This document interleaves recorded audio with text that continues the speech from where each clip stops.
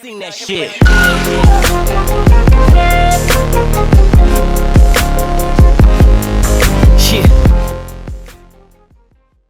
But before I hop right into it, I'd like to give a shout out to the sponsor of this video, SeatGeek. Now, I know you guys have already heard of this app, but if you haven't, I would highly recommend that you go check it out. SeatGeek is an app that takes all the confusion out of buying a ticket. Be it a game, concert, Broadway show, whatever the occasion may be, they got you. And they even give you a out of 10 score on each ticket to know if you're getting a good or a bad deal. Green good, red bad. And if you're still kind of iffy on it, if you use my promo code ModernHoops, you'll get $20 off your first purchase. And there will be a link to it in the description box below. And remember, if you use my promo code ModernHoops, you will get $20 off your first purchase. So go check them out. 30 minutes a game. You had Daniel House. He had about 29 minutes. Everybody else had 16 or less, and that was only 2 additional dudes. I don't think that can last. I think they've been compromised defensively. Do they miss the playoffs? No. But I do believe that they will fall considerably off the 65 wins, obviously. I do question whether or not they'll be a top 3 seed in the Western Conference. Yep. And as a result, those are the question marks that have me thinking they will not turn around. They'll be an above-average team that makes the postseason. Alright, so remember earlier in the season when the Rockets started off with a record of 11-14, 25 games in, and were the 14th seed in the Western Conference. And let's not forget, there was also the whole Carmelo Anthony ordeal. Yeah, it seems like it was a while ago, but it was pretty bad for the Houston Rockets. They were the biggest disappointment this season at that time. Once again, they were second to last in the West with no hope in sight. And you even had some people saying they wouldn't even make it to the postseason. And to be honest, I was one of those people as well. I thought the Rockets missed their only opportunity at actually competing for a title last season after losing to the Warriors in the Western Conference Finals. Now, during that time, the Rockets had several problems. For one, their defense was terrible. They were severely lacking in depth or a good bench unit. Their offense was struggling and guys were in and out with injuries and suspensions. And that contract they gave to CP3 was really looking bad. The Rockets simply looked slow and mentally out of it, and a lot of people contributed those problems to the loss of Trevor Ariza and Luka Baumute, and we were all questioning if the Rockets could really fix this team. But fast forward back to today, man, were we worried for nothing, because as the season went on, they slowly started to figure things out. And during the making of this video, the Rockets are third in the West, surging with a record of 45-26, and are looking like the team we all thought they'd be heading into this season. And they're looking like they could potentially make some noise in the postseason as well. But after that terrible start and now being third in the West, what changed? And with that being said, in today's video, I'm gonna be talking about how the Houston Rockets saved their season, or the 2 biggest reasons behind their resurgent season. Let's hop right into it. So one of the biggest, if not the biggest reason for the Rockets season turnaround is because of James Harden's amazing play, hands down. So after that terrible start this season, James Harden went right to work and literally put this team on his back, going on one of the best scoring streaks in NBA history of scoring 30+ points for 32 games straight, surpassing Kobe's streak of 16. He's had 7 50-point games this season and has scored 60+ points twice this season.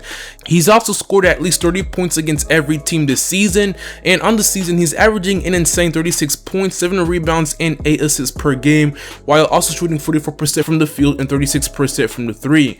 But for some reason which I'll never understand is the amount of hate James Harden has been under this season because of his play. For example, people like to complain about his free throw attempts or about how many shots he attempts a game. For one, James Harden is simply one of the best players at drawing fouls and getting to the free throw line. And I also get the fact that he does attempt a lot of shots a game, but why does it matter if his team is winning? It's because of James Harden. They're third in the West right now, and when everything was falling apart, he was determined and carried the Rockets once again to the top of the West, something LeBron couldn't do when the Lakers needed him the most to lead them to the postseason.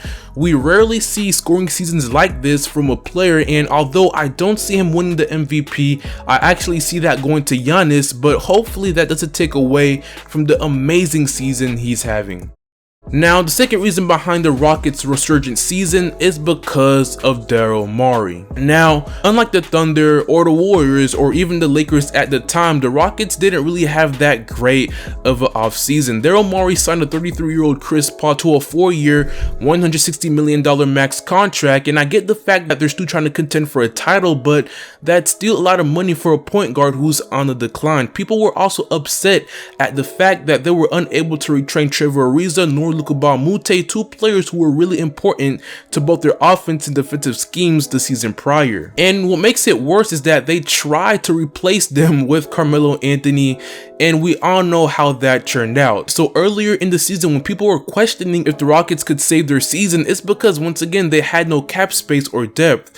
And a lot of this was because of Daryl Morey, but like all great GMs, Daryl Morey made a series of transactions that not only fixed a lot of their major problems earlier in the season, but also helped them out financially. So they signed Austin Rivers mid-season, and he's provided clutch baskets and much needed depth at the guard position for the Rockets. Also, the acquisition of Rivers also came at a fortunate time as Chris Paul was sidelined with a hamstring injury and Eric Gordon was also out with a knee injury. And before signing Austin Rivers, the Rockets had to rely on Brandon Knight, someone who was out for over a year with injuries, clearly a major upgrade, especially at the offensive end. And not to mention, they were also able to get rid of his terrible contract, saving them some money. And they were also able to sign Kenneth Faried after his buyout from the Nets, and he's also had a resurgent season with the Rockets averaging 14 points and 9 rebounds while also shooting 60% from the field. And they were also able to obtain Iman Shumpert through a 3-team trade deal, and I mean, he's been having an alright season, but overall Daryl Morey managed to add two great bench pieces